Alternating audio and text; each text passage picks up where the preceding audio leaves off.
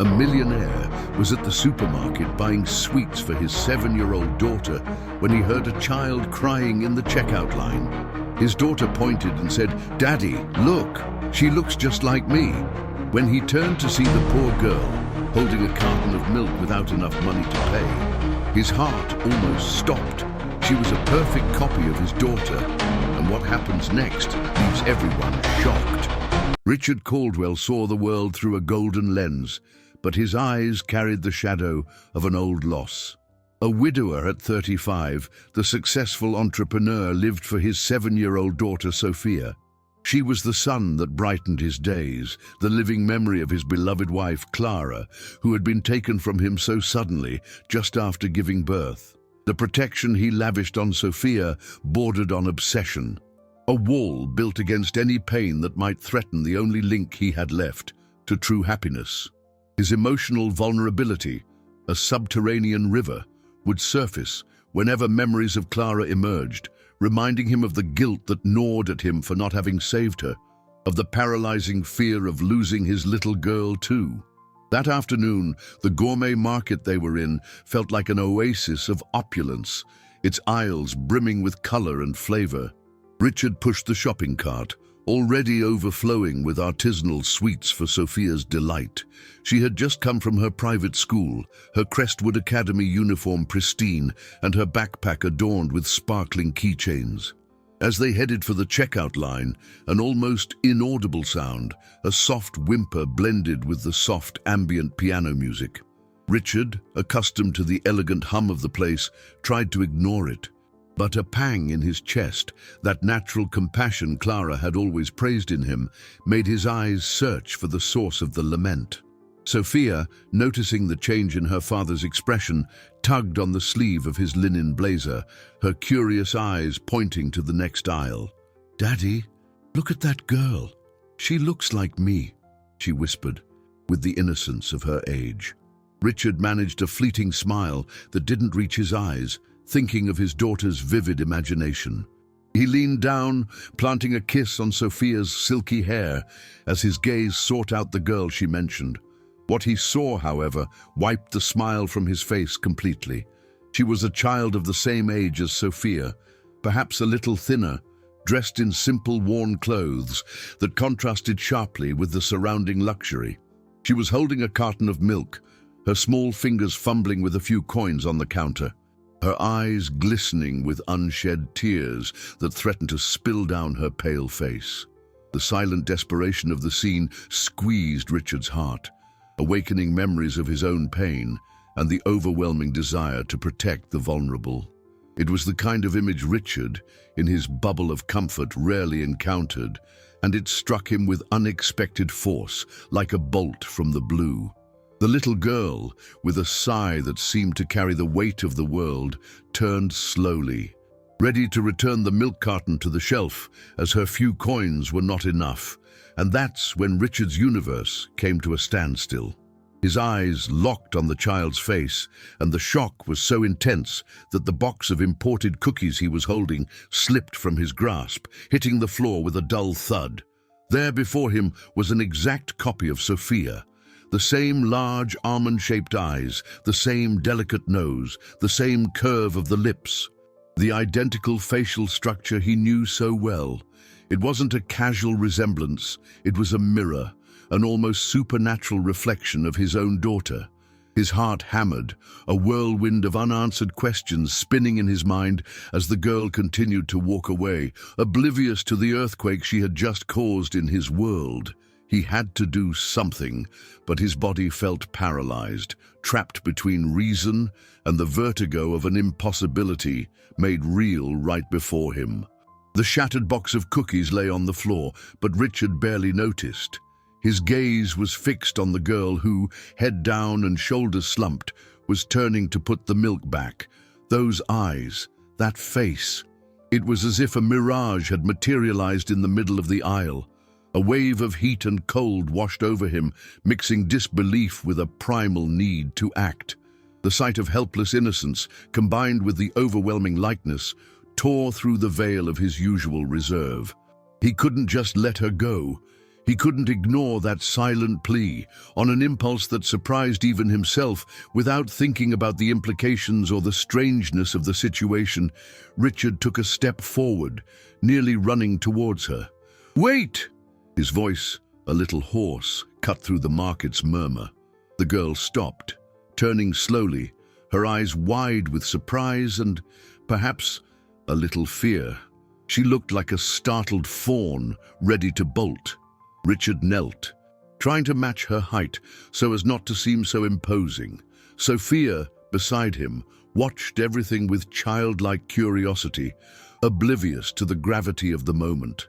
"You don't have to put it back," Richard said, his voice softer now, reaching out to take the milk carton from her slightly trembling hands. "I'll get that for you. Not just this one, but another one too, if you'd like." The simple offer, coming from a stranger, seemed to confuse her even more. Her eyes, identical to Sophia's, fixed on his, searching for an answer to this unexpected gesture. A spark of hope, mixed with distrust, lit up in them. "Really?" she asked, her voice a thread of a whisper, almost inaudible, but full of a fragility that struck Richard to his core. Richard smiled, a genuine smile he hadn't shown in a long time. "Yes, of course, come on. Let's go to the register." He took her small hand, which was surprisingly cold, and led her. At the checkout, as the 2 cartons of milk were scanned, the girl never took her eyes off him. The moment the purchase was complete, something unexpected happened. With a spontaneity that completely disarmed Richard, she threw herself into his arms, a tight and unexpected hug, full of pure and profound gratitude. The scent of cheap soap and the frailty of her small body enveloped him, awakening paternal feelings he never thought he'd feel for any child other than Sophia. It was a brief hug, but it resonated in his soul, touching a place he thought had long been dormant. "Thank you, mister," she said, and her eyes, now dry, shone with a light that was almost identical to his own daughter's. In the days that followed, the image of the girl wouldn't leave Richard's mind. That hug, the unsettling resemblance, it all tangled together in a web of thoughts that kept him from concentrating on his work. He tried to rationalize it, attributing the coincidence to Sophia's imagination or an optical illusion brought on by the pain of remembering Clara. But the seed of doubt had been planted. The following Tuesday arrived, and Richard went to pick up Sophia from school, as he did every day. The sun bathed the courtyard of the private institution, where children ran and laughed under the watchful eyes of parents and staff. He parked his luxury sedan and got out, his eyes scanning for his daughter's small silhouette. And then, there they were, chatting animatedly near the exit gate, their heads bent together in conspiracy. Sophia and her, the same girl from the market, now without the worn-out clothes, but in simple yet clean attire. The two looked like a single image, multiplied, a perfect reflection. Richard's heart leaped. He watched for a moment, the two of them laughing at what seemed to be a private joke. As he approached, Mrs. Peterson, the school's administrator, a middle-aged woman with a warm smile, turned to him. "Mr. Caldwell," she greeted him, her voice cheerful. "So glad you're here. Your daughters were just chatting. I didn't know you had another daughter. They're identical, aren't they?" Her words, spoken with the utmost normalcy, struck Richard like lightning. "Your daughters. 2 of them." The air seemed to thin in his lungs, and the world spun. He tried to form a response, but the words caught in his throat as a cold terror began to settle in his chest, announcing that this might not be a mere coincidence after all. Mrs. Peterson's phrase echoed in Richard's mind like a dissonant bell. "Your daughters. I didn't know you had another daughter. They're identical, aren't they?" He tried to hide the tremor that ran through him, forcing a smile that didn't reach his eyes. "Ah, Mrs. Peterson, you know how kids are, and resemblances. Sometimes they can be startling, can't they?" he stammered, feeling his face flush. The administrator, not sensing the storm brewing inside him, simply laughed, agreed, and moved on to greet another parent. Richard, on the other hand, felt the ground vanish from beneath his feet. This was no longer a coincidence or an optical illusion.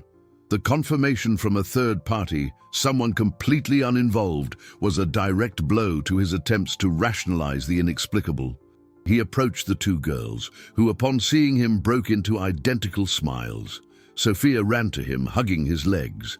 The other girl, a bit shyer, simply took a step back, her eyes shining. "Daddy, this is Anna," Sophia exclaimed, full of enthusiasm, pointing to her new friend. "She's in our class, did you know? And she's so nice." Richard swallowed hard. Anna. The name, simple and common, was a stark contrast to the complexity her existence brought into his life. He knelt, hugging Sophia, and glanced at Anna, a look that mixed curiosity, fear, and a pang of something he couldn't quite identify. "Hello, Anna," he managed to say, his voice still a bit choked up. "It's a pleasure to formally meet you." Anna smiled shyly, a smile that was once again the mirror image of Sophia's. "Hi, mister. Thanks again for the milk." The sincere gratitude in her voice, the purity in her eyes, disarmed any shred of skepticism that might have remained in Richard. He found himself caught in a web of mystery and emotion, where logic seemed to have no place. Mrs. Peterson's words, Sophia's words, Anna's very image, it all fit into a puzzle he had no idea how to solve.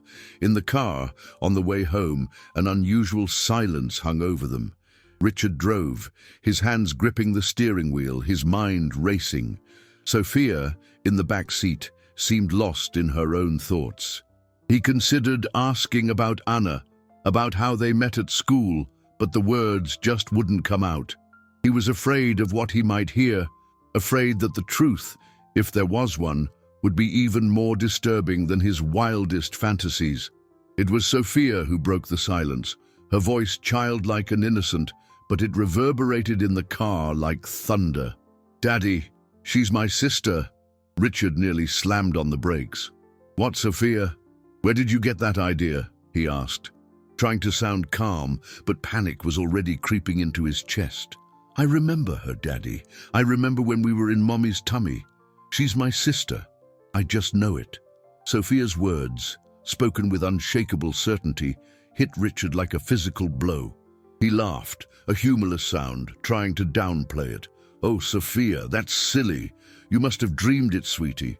You two just look a lot alike, that's all. It's a big coincidence." He tried to keep his voice steady, but inside, the terror was growing. The conviction in his daughter's voice, the way she spoke, not like a child making up a story, but like someone sharing a memory. It planted a terrifying seed of doubt, a seed that, he sensed, would grow into a nightmare if it wasn't uprooted soon. If it wasn't a dream, if it was real, what did it mean? And how could he, who prided himself on protecting Sophia, have failed so terribly in his past? The image of Clara, his wife, flashed in his mind, accompanied by an overwhelming sense of guilt. The mystery of Anna was just beginning to unfold, and Richard knew he would have no peace until he uncovered every one of its secrets. The seed of doubt planted by Sophia's words began to sprout, quickly growing into a thorny bush of uncertainty and fear in Richard's heart. He tried to push the thoughts away, but the image of the two identical girls overshadowed everything. The guilt of not having saved Clara, his late wife, during childbirth, was a constant burden, and the idea that there might have been another failure, perhaps one he didn't even know about, was unbearable. That night, after Sophia had fallen asleep, Richard roamed the house, a ghost in his own fortress. He looked at photographs of Clara, his eyes fixed on her smile, searching for a silent answer the images couldn't provide. He recalled the days of the pregnancy, the quiet joy, the anticipation. But the memories were hazy, clouded by the pain of the subsequent loss. The delivery, the delivery. It all blurred into a fog of adrenaline, panic, and grief. The next day, the trip to pick up Sophia from school became a ritual of secret observation. Richard would park his car a little farther away and watch the girls play. He noticed the way Anna moved, her gestures, her laugh. It all mirrored Sophia. It was like seeing his own daughter in a mirror, slightly distorted by life, perhaps, but a mirror nonetheless. And with each passing day, Sophia's conviction grew stronger, more palpable. In the car one day, Sophia turned to him, her eyes wide with a determination unusual for a child her age. "Daddy, the doctor said you were going to have twins, but when we were born, only I came out. She got lost." The words, spoken with the purest innocence, echoed in the car, striking Richard with full force. Twins. The word vibrated in the air, triggering a cascade of memories he had conveniently tucked away in a dark corner of his mind. He remembered conversations with Clara, whispered amidst checkups and ultrasounds. "Two heartbeats, Richard," she had exclaimed once, her eyes shining with joy and a hint of panic. Then, the joy had turned to apprehension. The doctors spoke of complications, risks for one of the babies, difficult decisions. At the time, with the pregnancy advanced and his concern for Clara's health, he had focused only on keeping them safe. The stress was so immense that when the worst happened and Clara was gone, the memory of these details blended with the trauma, overshadowed by overwhelming grief. He had believed that the second child, if she had indeed existed, had been lost during the complications. But Sophia, with her cutting innocence, was bringing it all to the surface. She got lost. The phrase haunted him. That same night, Richard felt an urgency he could no longer ignore. The need to know the truth was like a fire consuming him. He sat in front of his computer, his fingers hovering over the keyboard before he began to type. Clara Caldwell pregnancy medical records. The search led him down a bureaucratic rabbit hole of forms and permissions, but he was determined. He needed answers, and he needed them now. In the following days, Richard plunged into a relentless search for documents. He dug through dusty cardboard boxes in the attic where he kept mementos of Clara. He found old folders with test results, reports, hospital bills. His eyes scanned every line, every word. And there they were, ambiguous references, stray phrases that now took on a new and terrifying meaning. Complications with one of the babies, intensive monitoring of the second fetus, difficult decisions during delivery. He recalled a fragmented conversation with a doctor after Clara's death. Something about having done what was possible to save one of the babies. At the time, Richard, in his overwhelming grief, assumed they were referring to Sophia and the failed attempt to save Clara. Now it all seemed to fit into a much larger picture. The second child. The child Sophia claimed was her sister. The child who was a perfect copy of Sophia. Richard's heart pounded erratically. He needed full access to the records. He needed a complete explanation. The truth, he realized, was hidden somewhere, and he wouldn't rest until he found it, no matter how painful it might be. The image of Clara, once synonymous with pain, now blended with that of Anna, creating a complex mosaic he desperately needed to decipher. The thread connecting the past to the present was there, about to be unraveled. The discovery of fragmented information in Clara's old medical records ignited a flame of determination in Richard. The pain of loss, the guilt of not saving his wife, it all now mingled with the urgency of solving Anna's mystery. He knew the next step was to confront the hospital, demand full access to the files, and uncover the difficult decisions and complications with one of the babies that had been so vaguely mentioned. With a heavy heart and a focused mind, Richard scheduled a meeting with the administration of St. Clair's Hospital, the same place where Sophia had been born and where Clara had died. He prepared a folder with all the documents he had found, highlighting the ambiguous phrases, the dates, the doctors' names. Each time he read those words, the certainty that there was more to Sophia's birth story grew stronger. Arriving at the hospital, Richard was met by a formal and impersonal team. He sat in a cold, sterile room, the smell of antiseptic invading his nostrils and bringing back painful memories. A woman with thin glasses and a serious expression, Dr. Evelyn Reed, head of medical records, and a hospital lawyer, Mr. Almeida, awaited him. Richard presented his case, his voice firm, explaining the resemblance, Sophia's words, the fragmented documents. The response he received, however, was an impenetrable wall. "Mr. Caldwell," Dr. Reed began, her voice monotone, "we understand your concern, but St. Clair's Hospital strictly adheres to patient privacy policies. Furthermore, the events you're describing occurred 7 years ago. Many of those records have been deep archived, and some, due to our retention policy, may have even been disposed of." The lawyer nodded gravely, reinforcing the hospital's position.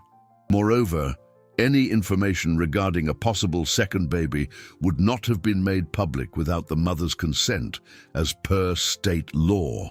Richard felt frustration welling up inside him. "But my wife is deceased. I am the father. I have a right to know what happened to my children," he argued, his voice taking on a desperate edge. The lawyer, however, remained impassive. "We understand your situation, Mr. Caldwell. However, without a specific court order or more compelling evidence to justify reopening such an old case, our protocols prevent us from releasing additional information. The passage of time, as Dr. Reed rightly pointed out, makes retrieving detailed data extremely difficult."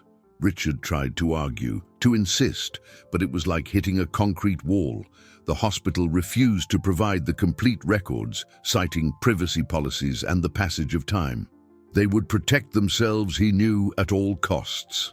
He left with a lump in his throat, his mind seething with anger and helplessness. The first significant obstacle to uncovering the truth had been erected, tall and insurmountable. The hospital's refusal didn't completely discourage him, but it left him at a temporary dead end. Meanwhile, Anna's presence in Sophia's life, and consequently in his, became more constant. Sophia talked incessantly about her friend, their games, their shared secrets. Richard, however, felt barred from approaching Anna directly. He was not a relative. He had no legal connection. Approaching a vulnerable child, especially with his appearance as a wealthy man, could raise suspicion, frighten her, and even harm her. He feared being seen as a predator or someone with ulterior motives. The second obstacle had emerged: how to get closer to the girl, how to protect her without causing alarm and creating more problems for her. That week, Richard began to watch Anna from a distance, outside the school. He saw her saying goodbye to Sophia, gratitude in her eyes for a simple conversation. He saw the girl walk through less privileged streets, her steps light but determined. He felt a deep ache, imagining the hardships she faced, so different from Sophia's protected life. The image of Clara once again materialized in his mind, her eyes full of sadness. He had promised to protect them, both of them, and now he felt he was failing to keep that promise, trapped in a web of bureaucracy and fear. Time was passing, and with each day the truth remained hidden. The urgency in his heart grew, driven by an uncontrollable need to understand the inexplicable and finally to do justice to his wife's memory, and the life he felt had been stolen. The powerlessness in the face of the hospital's refusal and the impossibility of approaching Anna without raising suspicion ate away at Richard.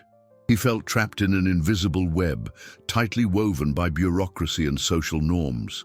The image of the two girls, so alike and yet so different in their lives, hammered in his mind, mixing with the latent pain of losing Clara. He couldn't just ignore the situation. The seed of doubt had already grown into a sprawling tree.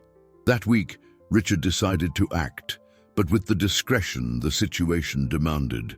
He hired a private investigator, a quiet and experienced man named Carlos, known for his ethics and skill in handling delicate cases. Richard explained the situation in general terms, omitting the twin hypothesis, but stressing the need to find out about Anna's family, where she lived and her situation. "I need information, Carlos, but without alarming anyone, without scaring the girl. Discretion is paramount." Richard emphasized, his eyes fixed on the investigators. Carlos, a man of few words, but with an attentive gaze, accepted the challenge. In the following days, Richard received concise but increasingly alarming reports. The first piece of information was about Anna's whereabouts. She lived in a rough neighborhood on the other side of town, a brutal contrast to Richard's mansion and the upscale area where Sophia was growing up. Richard's heart sank at the news. The physical distance between their lives was an abyss. The next report brought more details. Anna was in the care of an elderly woman named Maria, who was not her biological relative. Maria was a matriarchal figure in the community, known for her big heart and for taking in children in need. The girl, despite her young age, contributed to the household income by doing odd jobs in the community, like helping at street markets or running errands. And, occasionally, as Carlos discovered with a touch of sadness in his voice, she resorted to petty theft to get food. The last part of the report hit Richard like a punch to the gut. Anna, a child he now believed to be his daughter, was in a situation of extreme vulnerability, forced to resort to such measures to survive. The guilt, already a constant companion, deepened. As Carlos continued his investigation, Richard felt the urgency grow. He watched Sophia sleep, her breath calm, her long lashes resting on her rosy cheeks. Then he imagined Anna, perhaps on a thin mattress, her stomach rumbling, her dreams interrupted by harsh reality. He had to do something, but every step felt like a minefield. One day, Carlos called, his voice graver than usual. "Mr. Caldwell, I have important information. I managed to get a photo of Anna as a baby. It was difficult, but Maria had it saved. And there's a detail. Well, the girl has a peculiar birthmark. On the inside of her left arm, near the elbow. It's small, shaped like a star." Richard felt a chill run down his spine. Sophia, he knew. He remembered that birthmark on Sophia, identical, small and discreet, which Clara used to joke was her daughter's lucky star. Only he and Clara knew about that mark. It was something intimate, a family secret. He asked Carlos to send the photo. Upon receiving it, Richard saw the small reddish mark on the baby's skin. There was no more doubt. The identical birthmark, such a particular, personal detail, could not be a mere coincidence. It was the physical, irrefutable confirmation that the biological connection between Anna and Sophia was real. His hands trembled as he held his phone, the image of the little star on baby Anna's skin merging with the image of Sophia's star. She was his daughter, his second daughter, the child he thought he had lost. The revelation hit him with the force of a tsunami, dismantling all his defenses. On the same day, Carlos sent a new report, this time with even more surprising information. His late wife, Clara, had made secret contact with a charity organization before she passed away, and most shockingly, she had left specific instructions about caring for another child. Instructions Richard never knew existed. The idea that Clara had foreseen something, that she had acted behind his back to protect one of her daughters, filled Richard with an overwhelming mix of admiration, guilt, and a deep sense of injustice. Clara, in her final days, already knew, and she had acted. But why was he never told? The pieces of the puzzle were falling into place, forming a painful picture of secrets and sacrifices. He was on the brink of a truth that would change his life forever, but the path to it would still be long and tortuous, and he felt that the shadows of the past still held many secrets. The discovery of the birthmark and the revelation of Clara's secret instructions to the charity struck Richard like lightning, illuminating the darkest corners of his grief and memories. The confirmation that Anna was, in fact, his biological daughter, Sophia's twin sister, crashed down on him with overwhelming force. Every piece of the puzzle, once so scattered, now fit together in a terrible and perfect way. The guilt of not saving Clara mixed with the pain of having lived 7 years without knowing his other daughter, without knowing of Anna's existence. During the third week after the encounter at the market, Richard's life turned into a relentless quest for the truth. He continued to employ Carlos, the investigator, who became his eyes and ears in Anna's world. While Sophia's daily life continued its happy and protected course, Richard's secret world expanded into the dusty streets of the rough neighborhood where his other daughter fought to survive. However, his presence, even if discreet, did not go unnoticed for long. Carlos reported that people connected to Anna had become suspicious of Richard's interest in her. Some of the adults who exploited the girl for petty theft, who benefited from her vulnerability, began to see the businessman as a threat to their business. They were the parasites that fed on the fragility of others, and the prospect of a rescue for Anna was a danger to their interests. The threats began subtly, whispers around the school, watchful eyes on the paths Anna used to take. Then, the words became more direct, full of intimidation. "It's better if this girl disappears from that man's sight," they said. "He's not from around here. He looks like trouble." The pressure on Maria and on Anna herself intensified. Richard felt a chill run down his spine. His attempt at discretion was failing, and the imminent danger was approaching like a dark cloud. He had underestimated the cruelty of those who took advantage of the girl. The third obstacle for Richard manifested itself in a painful way. Anna was forced to hide from him. The threats she received were so concrete that Maria, in her wisdom and concern, instructed the girl to avoid Richard at all costs. She stopped coming to school for a few days, and when she did, she was escorted by suspicious adults, their small, wary eyes watching Richard from afar. Richard's heart ached. His daughter, whom he had barely rediscovered, was being pushed away from him, forced to live in fear because of his own search. Anna's face, with the same sweetness as Sophia's but marked by the harshness of life, haunted his dreams. As if that weren't enough, a new and unexpected obstacle arose, further complicating the situation. Local authorities, alerted by anonymous tips, likely orchestrated by the same people exploiting Anna, began to question Richard's motives for approaching a vulnerable child. Police officers showed up at his company, at Sophia's school, asking indirect questions with a clear insinuation that he could be a predator. The scandal could destroy his reputation, harm Sophia, and worst of all, push Anna away for good. He was a man of means, but at that moment, money seemed useless against bureaucracy and human malice. The fourth obstacle had materialized, and Richard felt trapped, his hands tied by unjust accusations. Amidst this chaos, an unexpected and touching subplot unfolded. Despite attempts to keep them apart, the friendship between Sophia and Anna continued to blossom in secret. They would meet at different times at school, in hidden corners of the playground, or exchange notes and drawings. The connection between them was undeniable, an intuitive harmony that transcended their physical resemblance and the harsh reality that separated them. Richard watched from a distance the small gestures of affection, the knowing glances, the stifled laughter. It was as if, by a primal instinct, the two souls recognized each other, a blood bond stronger than any barrier imposed by fate or malice. This friendship, which seemed like a spark of hope in the darkness, was what kept Richard going, fueling his determination to fight for his daughters, for his family. Time was running out, and he knew he had to act quickly and cunningly before Anna was lost forever, and before his own reputation was irreparably stained.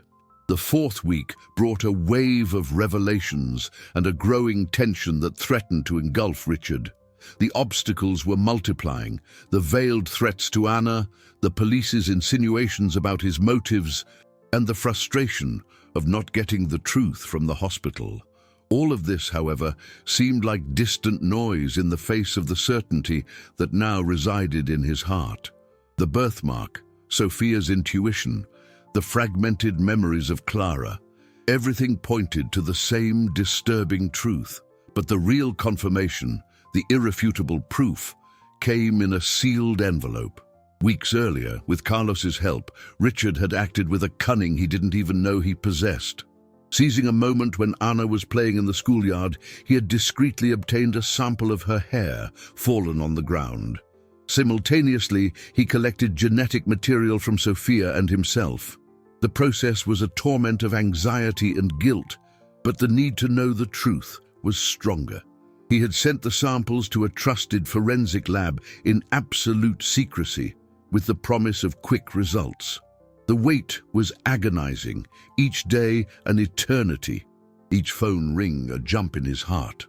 When the envelope finally arrived, the official letterhead of the lab seemed to dance before his eyes. His hands trembled as he tore the seal, and the paper in his hands felt like it weighed a ton. With every line his eyes scanned, reality imposed itself with brutal and painful clarity. The words were unequivocal. 99.9% genetic compatibility between samples A, Richard Caldwell, B, Sophia Caldwell, and C, Anna. Anna was, indeed, his biological daughter. She was Sophia's twin sister, the child he thought he had lost during the complicated hours of Clara's delivery. A muffled cry escaped his throat, a mixture of relief, joy, and excruciating pain. The tears, long held back, streamed down his face. She was his daughter, and he had lived 7 years without knowing, without being able to protect her, while she grew up in a world of deprivation. The image of Clara came to mind, her smile, her strength. Did she know? Had she kept such a colossal secret all that time? Guilt hit him like a tidal wave. How could he have been so blind, so absorbed in his own grief that he didn't see the signs, didn't fight harder to understand what had happened at the hospital?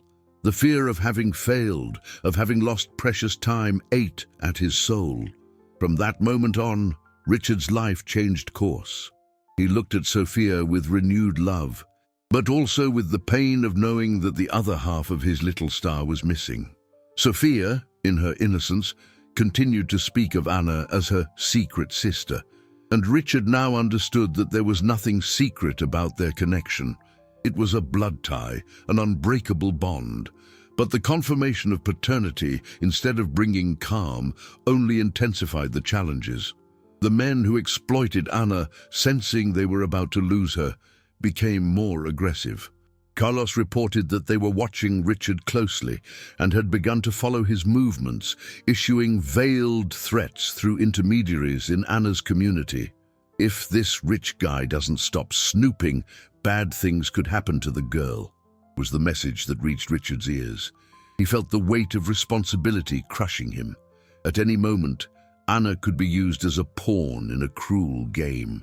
At the same time, the pressure from the authorities did not let up.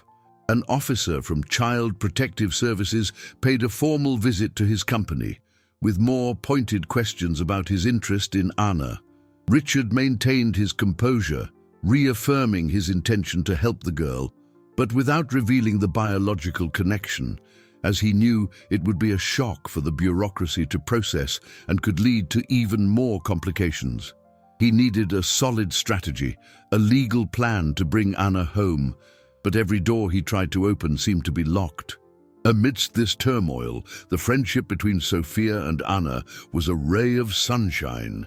Despite Anna's difficulties in attending school, they managed to meet secretly in a small nearby public park or at staggered dismissal times. Richard, watching them from afar, saw the magic happen. The girls would hug, talk for hours, their gestures and laughs strikingly identical. The intuitive connection between them was a living testament to the truth that life had tried to steal. Seeing his daughters together, even for fleeting, secret moments, gave Richard the strength to continue. He knew that fate had united them, and he would not rest until they were finally safe, together, as they always should have been. However, a shadow lingered in his mind. Why hadn't Clara told him? What exactly happened at the hospital? He knew the next step was to investigate his wife's past, not just his own. For he felt that the complete and overwhelming truth was still hidden in the folds of time. The DNA confirmation, which should have brought relief, instead plunged Richard into an even deeper abyss of questions and pain. The certainty of Anna's paternity mixed with the anguish of knowing that his wife, Clara, had kept such a monumental secret. Why hadn't she told him? What stopped her from revealing they had two daughters? The memory of Clara, once a balm to his soul, now became a painful enigma. He needed to unravel the last days of her life, her last actions, her last conversations. With Carlos's help, Richard began to reconstruct the final months of Clara's pregnancy and the moments before and after the delivery. Carlos, with his experience, knew that the key to the truth often lay in the most insignificant details. They revisited the names of the doctors and nurses who attended to Clara, the ultrasound reports, the footnotes in the hospital charts. The goal was to find any clue, any hint that Clara knew both babies had survived. It was during this meticulous search that the first major twist manifested itself shockingly. Carlos found a former nursing assistant who had worked at St. Clair's Hospital at the time of Clara's delivery. A retired and embittered man named Joseph, who now lived in a small town upstate. Joseph, initially reluctant to talk, eventually gave in to Carlos's persistence and the promise of anonymity. His words, secretly recorded by Carlos, were like a punch to Richard's gut. Joseph confirmed Richard's darkest suspicions. Clara knew that both babies had survived. He recounted that during the emergency delivery, there were a series of severe complications. The hospital was overcrowded, with a shortage of beds and staff. Amidst the chaos, and with Clara's health severely compromised, the doctors had to make difficult decisions, as the records had hinted. One of the babies, Anna, was born with respiratory problems and needed immediate intensive care, being transferred to a separate wing without Richard's knowledge, as he was focused on Clara and Sophia. What followed, according to Joseph, was a medical and legal conspiracy to cover up errors and mismanagement at the hospital. To avoid a scandal and the enormous costs of treating a second child who, in their view, would be a burden on the system, and perhaps even on the father who had just lost his wife and was in shock, Anna was officially declared lost to the system. They registered her as an abandoned child, handing her over to a charity that, unaware of the scheme, placed her in community care. The family who took her in, Maria, was part of a foster program. The goal was simple: to avoid the hospital's legal and financial liability. Clara's name was used, and she, on her deathbed, was coerced into signing documents attesting to the voluntary relinquishment of one of the children, all under the promise that the baby would be safe and cared for. Richard listened to Joseph's audio, the ex-nurse's words echoing in his mind like a nightmare. Clara knew. She had fought, even on the verge of death, to ensure Anna had a chance. The guilt he felt for having judged her, for having doubted her love, was overwhelming. He had promised to protect them, and Clara, even weakened, had done the same. The image of his wife, once shrouded in grief and mystery, now revealed itself as that of a heroine, a woman who, in her last breaths, had tried to right a monstrous wrong. The revelation of the medical conspiracy filled him with a cold fury. The hospital, to which he had entrusted his family's lives, had taken advantage of his pain and Clara's vulnerability to commit a terrible injustice. The medical errors and difficult decisions now had a face, the face of corruption and inhumanity. The emotional impact of the discovery was devastating. Richard felt Clara's memory being restored in his mind, but at a very high cost. He had lost 7 years of his daughter's life, and Clara had died carrying the weight of a secret, of a forced separation.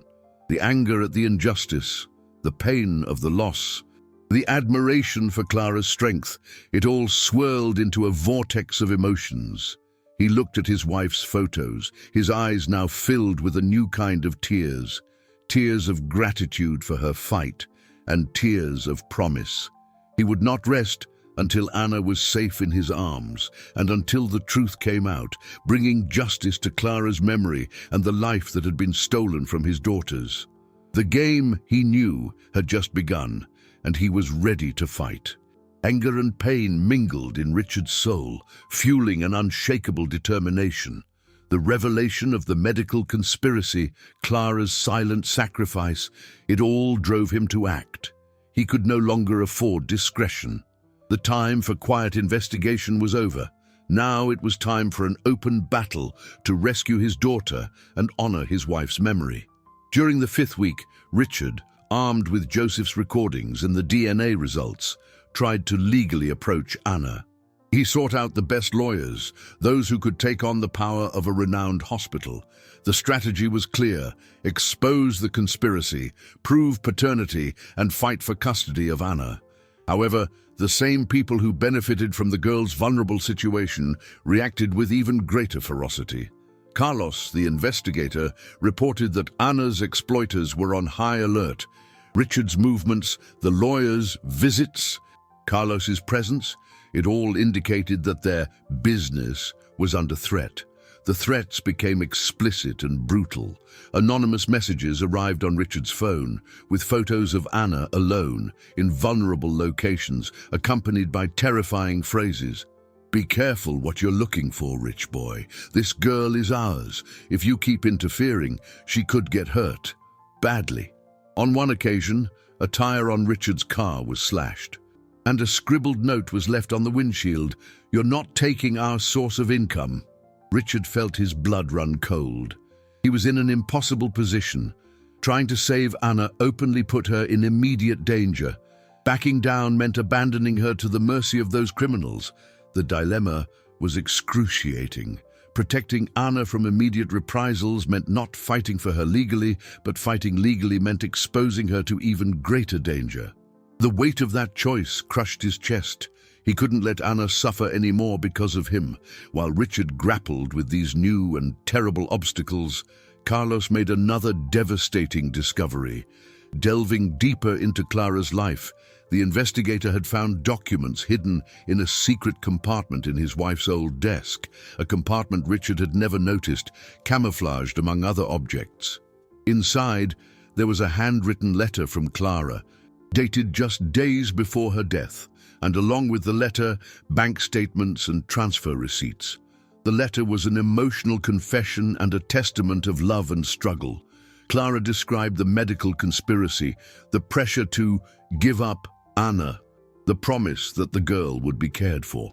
She had signed the documents under duress, but had never accepted the separation of her daughters. In her final days, aware of her own fragility, Clara had secretly organized substantial financial resources to care for their second daughter, Anna. She had made transfers to a specific account, intended to be managed by the charity, with clear instructions for its exclusive use for Anna's well-being. However, the bank statements and transfer receipts revealed the cruel truth. These funds, intended for Anna, had been diverted. The transfer dates were clear, the amounts significant. But the charity's records, which Richard and Carlos had accessed with a partial court order, showed no entry of these funds for Anna's care.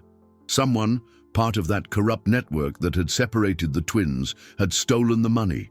The funds that Clara, with her last ounce of strength, had designated to secure her daughter's future, were stolen by unscrupulous people. Richard felt a wave of dizziness. It wasn't just the hospital that had failed, but a network of corrupt individuals who fed on others. Misfortune, the pain of betrayal, the cruelty of that act was almost unbearable. The memory of Clara, which he had just redeemed, was now stained by this new layer of injustice. His wife had fought to the end, and even after her death, her intentions had been disrespected, her resources diverted. The revelation was the third and most impactful major twist. Richard felt the cold anger turn into a burning fury. He wasn't just fighting for his daughters, but also for Clara, for her honor, for her last wish. The battle would be more complex than he had imagined, involving not only the hospital and Anna's exploiters, but also a network of corruption that had profited from his family's tragedy. He knew the fight would be hard, but the image of Clara, the strength in her eyes, and the unconditional love for her two daughters fueled his soul. He was ready to go to the end, to expose the truth, no matter the cost. The line between right and wrong, between justice and impunity, was thin, and he was about to cross it. Richard's rage and indignation were a fire consuming him from within. The revelations about the conspiracy, Clara's sacrifice, and the diverted funds ignited in him an unbreakable determination. He was no longer just a father fighting for his daughters. He was a man on a mission for justice, driven by an overwhelming love and the memory of a heroic wife. The fifth week ended with the sense that the battle was just beginning, but Richard felt stronger, more focused than ever. He knew he had to act strategically, protecting Ana while preparing the legal offensive. With Carlos's help, he assembled a discreet security team to monitor Ana from a distance, ensuring any threat would be intercepted. In parallel, his lawyers, armed with all the evidence, the DNA, Joseph's recording, Clara's letter, the diverted bank statements, began to map out the legal strategy to confront the hospital and those involved in the fund diversion. The war would be fought on multiple fronts. However, the complexity of the situation deepened. Ana's exploiters, realizing Richard was getting too close, decided to raise the stakes. They not only threatened Ana, but also began to weave a web to ensnare Sophia. Disturbing messages were left in the mailbox of his mansion, with photos of Sophia's school, insinuating that both flowers in your garden could wilt. Richard's terror intensified.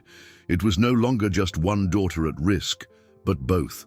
The nightmare of every parent, the fear of losing their children, was materializing in a hideous way. The secret friendship between Sophia and Ana, once a source of hope, now became a point of vulnerability. Richard feared their proximity could be used against them. He tried to talk to Sophia about the dangers of meeting Ana in public places, but the child's innocence couldn't grasp the scale of the threat. "But Daddy, she's my sister. I can feel it," Sophia insisted, and Richard felt a pang of pain in his chest, knowing that this truth was the very cause of all the danger. As external pressures mounted, Richard's internal conflict also reached its peak. The guilt of not protecting Clara, of not investigating more thoroughly in the past, ate away at him. He found himself reliving the moments of his wife's death, questioning every decision, every word. The fragility of his own emotional state became a burden, and he knew he had to be strong, not just for himself, but for his daughters. His sessions with his therapist, which had dwindled after the initial grief, were urgently resumed. As he needed support to navigate this sea of pain and danger, the emotional climax was fast approaching. On a rainy afternoon, while Richard was in a meeting with his lawyers, his phone rang. It was a call from Carlos. The investigator's voice altered, filled with panic. "Mr. Caldwell, the girls! They've been taken!" The words cut through the air like knives. Richard felt his heart stop. Both of them, both of his daughters, taken. The pain and fear were so intense, he nearly collapsed. Carlos, his voice choked, managed to explain.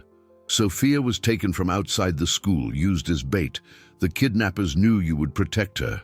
And Ana was forced into a car by other men in her neighborhood. They've separated them." Richard felt his world crumble, his daughters, his stars, in the hands of criminals, separated, vulnerable. The terror of losing them both, the nightmare of every parent, had become reality. The line went dead for a moment. Richard, his mind on fire, heard Carlos's voice again. "They called your office.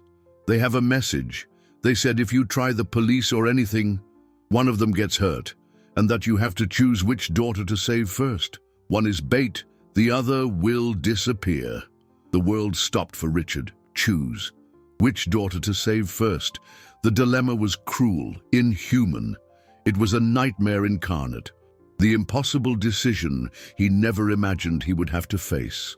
The man who had promised to protect his daughters was now at a deadly crossroads where every choice was a loss, every step an abyss.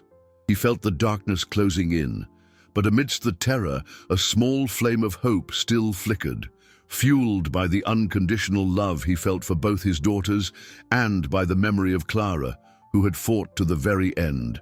He had to be as strong as she was. The phone slipped from Richard's hand, clattering to the floor with a hollow sound that echoed in the silent room. Carlos's pale face, the words, "Taken, choose, bait," spun in his mind like a macabre carousel.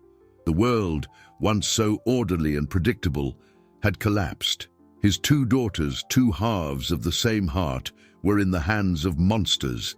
The terror of losing them both, of failing again as he had failed Clara, was a poison spreading through his veins.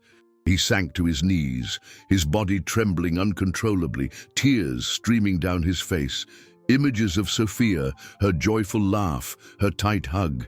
Images of Anna, her shyness, her eyes full of gratitude. How could he choose? What kind of father was he to have to decide which of his children he would save? The dilemma was inhuman, an unimaginable torture. He closed his eyes, searching for strength somewhere deep in his soul, in the memory of Clara, who had fought so bravely in her final days. "Richard, get up!" Carlos's firm voice snapped him out of his stupor.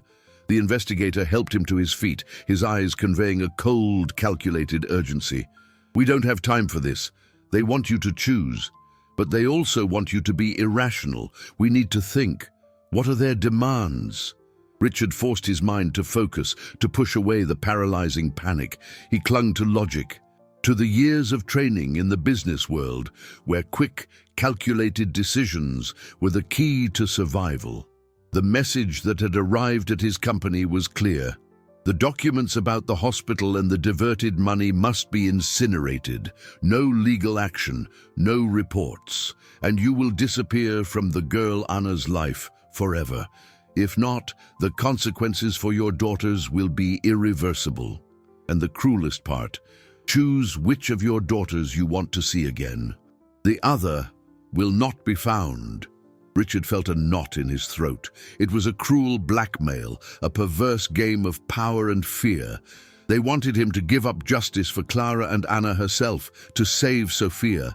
But he knew that giving in didn't guarantee the safety of either of them. They were criminals, and their word was worthless. As Richard tried to process the barbarity of the demands, a spark of hope, almost imperceptible, shone through the darkness. The intuitive connection between the twins. He remembered Sophia's stories, the secret meetings, the way they seemed to understand each other without words. Was it possible that, even separated, this bond could be the key? He looked at Carlos, his eyes fixed and determined. "They underestimate my daughters, Carlos. They underestimate the connection between them, and they underestimate my determination. I will not choose one over the other. I will save them both." Richard felt an unexpected strength surge within him. The guilt, the fear, it all transformed into a cold, calculated anger. With Carlos's help, Richard began to draw up a plan. He knew that time was short. The police, brought in by his lawyers, were working in the background, but discretion was crucial to avoid alarming the kidnappers. Richard needed a way to communicate with his daughters, to alert them, to give them a chance to help each other. He remembered a small pendant he had given Sophia, a metal locket with a tiny tracking device inside, a precautionary gift he had given her after Clara's death, driven by his protective paranoia. Carlos checked the signal. It was active, weak, but active. Sophia was in an abandoned warehouse on the outskirts of the city, a place the thugs used to hold hostages. Anna's location, however, was unknown. The signal from her cell phone, if she even had one, couldn't be traced. Richard's anguish grew. He had one location, but not both. How could he reach Anna? He thought of the notes Sophia and Anna exchanged at school, the drawings, the little things that connected them. He needed a link, a form of secret communication. Richard decided to play along with the bait. He called the number the kidnappers had provided, his voice heavy with a pain he didn't have to feign. "I accept your conditions. I want to see Sophia, and I want proof that Anna is okay. After that, I'll do what you want." The voice on the other end was cold and calculating. "Good choice, rich man. You'll get your daughter back, but don't forget the price. And don't try anything funny. We're watching." Richard's plan began to unfold. He knew he was putting himself in danger, but the love for his daughters was the only force driving him. He had to act with intelligence and courage, knowing that Sophia and Anna's fate was in his hands. This was the point of no return, the moment he had to face his deepest demons and fight for everything he loved.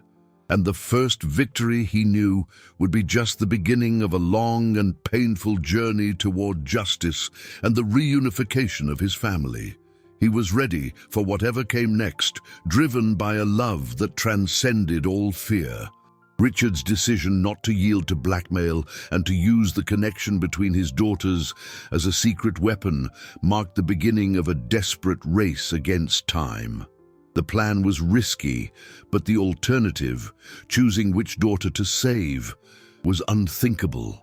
With Sophia's location confirmed by the tracker and the certainty that Anna was somewhere else, he felt a mix of hope and chilling terror.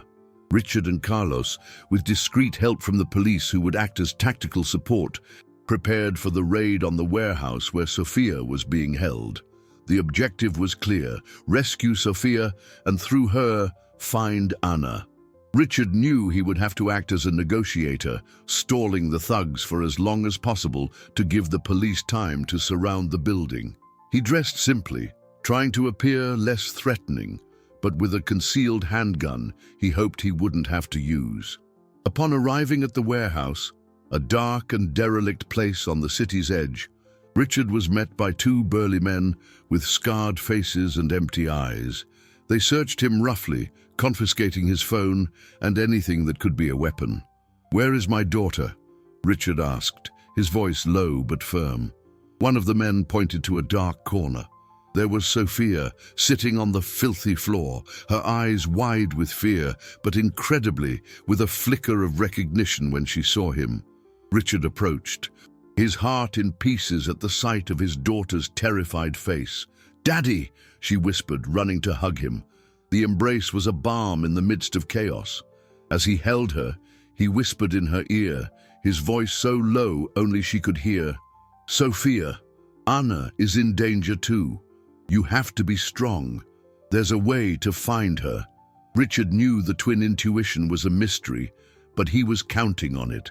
The thugs demanded the documents and evidence against the hospital. Richard, maintaining his composure, feigned hesitation. "They're in my safe. It will take some time to get them, but first I want to be sure Anna is okay." The demand was a bluff, but it bought time for the police to get into position.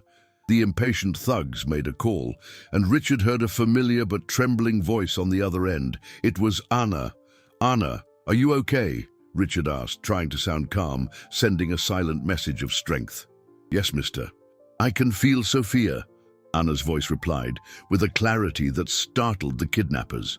Sophia, hearing her sister's voice, lifted her head, her eyes now filled with a new determination. "Daddy, I feel like she's near the water, a place that smells like fish and metal." Sophia's words were a bolt of lightning. Carlos, who was monitoring the call, heard the description and immediately alerted the search team, directing them to the port area, a district known for its warehouses and distinct odors. The twins' intuitive connection had worked. As the thugs grew agitated with the delays and Richard's questions, the police stormed the warehouse. The confrontation was swift and brutal, but Richard, holding Sophia, shielded her with his own body. The criminals were subdued, and Sophia was finally safe in his arms. However, the fight was not over. The legal battle against the hospital and the corrupt network that had separated the twins and diverted Clara's funds was exhausting. Testimonies, evidence, documents. Richard spent a fortune, both financially and emotionally. He faced the trauma of reliving Clara's death at every hearing, of exposing his wife's fragility, but he did it for her, for Anna, for Sophia. Justice finally began to be served. The ex-nurse Joseph testified, and other hospital staff, under threat of criminal charges, confirmed the conspiracy. The truth about the medical errors, the cover-up, and the separation of the twins came to light, shocking everyone. The hospital was held liable and ordered to pay a massive settlement, in addition to being forced to overhaul its protocols. Its reputation was irreparably tarnished, and several doctors and administrators were fired or imprisoned. In parallel, the criminal network that had kidnapped the girls and stolen Clara's funds was also dismantled. The thugs were arrested, and the diverted assets, including the funds Clara had left for Anna, were recovered. The final victory, though costly, brought not only the reunion of the twin sisters, but also justice for his late wife. Clara's last wish, that both her daughters be raised together, was finally honored. The image of Anna being rescued from the warehouse at the port, running into the arms of Richard and Sophia, was the most moving moment of his life. The three of them embraced, a knot of relief and love, tears mixing with laughter. Richard had learned that the greatest treasure was not in business, but in the family one has the courage to fight to keep together. The journey had been long and painful, but they were together at last, a family unit that should never have been broken. The future, he knew, would be one of healing and rebuilding, but now, with his two daughters in his arms, he was ready for any challenge. 6 weeks had passed since that chance encounter in the market, a period that, for Richard, felt like both an eternity and the blink of an eye. The mansion, once a silent sanctuary filled only by Sophia's presence, now vibrated with the energy of two little girls. Anna, once shy and marked by the harshness of life, blossomed with each passing day, her laughter mingling with Sophia's, filling every corner of the house with a long, silenced melody. Anna's adjustment to her new life was not without its challenges. The scars of the past ran deep, and Richard, in his new mission as a father of two, dedicated himself to healing them with love and patience. Therapy sessions, toys, new clothes, and above all, the constant loving presence of Sophia helped Anna to flourish. She learned to trust, to dream, to simply be a child. The school, now attended by both sisters, was a new world of discovery and learning. Justice for Clara, his late wife, was a balm for Richard's heart. The exposure of the medical corruption, the punishment of those responsible, the acknowledgement of Clara's sacrifice, it all brought a sense of closure. He visited Clara's grave with Sophia and Anna, told them about their mother's bravery, about her unconditional love that had fought to keep them together. The girls laid flowers, and Richard felt Clara's presence, a relief and a peace he hadn't felt since the day she passed. Richard's transformation was profound. The man once consumed by guilt and the fear of loss had become a pillar of strength and compassion. His protection, once excessive and suffocating, had matured into a balanced and nurturing love. He learned that life, despite its tragedies, always offers a second chance, an opportunity to start over, to rebuild. He was still a successful entrepreneur, but the priority of his life had radically changed. The time with his daughters, the laughter, the hugs, the simple moments of everyday life were now his greatest treasure. Anna and Sophia, the two stars that should never have been separated, were living proof that love, family, and justice always prevail. They were identical on the outside, but their experiences had shaped them differently, creating a unique complementarity. Sophia, with her vibrant energy and insatiable curiosity, guided Anna through the world of privilege she now enjoyed. Anna, with her resilience and sensitivity, taught Sophia the value of simplicity, gratitude, and inner strength. The nights in the mansion were filled with bedtime stories, with Richard reading to them both, his arms wrapped around them in a warm embrace. He told them about Clara's heroism, about the strength she had in her final days, and how her love had been the invisible thread that kept them connected. Sophia and Anna, nestled in their soft pajamas, listened intently, their eyes shining with the light of a family finally whole. The story's end was not one of material wealth, but of a richness of spirit, of a love that had overcome tragedy, corruption, and human malice. Richard, the widower who had carried the weight of the world on his shoulders, was now a complete, healed father, overflowing with gratitude. He had fought for his daughters, for his memory, for justice, and he had won. That unexpected meeting in the market, which began with a soft whimper and a carton of milk, had turned into a miracle, a new beginning for a family that life had tried to break. With his two daughters in his arms, looking toward the future with hope and love, Richard knew that Clara would be proud. He had honored her memory, and the greatest gift he could give was the happiness of his girls, united as they always should have been. The journey was long and arduous, but love, resilience, and the relentless pursuit of truth had triumphed. The family was now a safe harbor, a sanctuary of love and forgiveness. And in every smile from Sophia and Anna, Richard saw the reflection of Clara's eternal love, a promise that even after the storm, the sun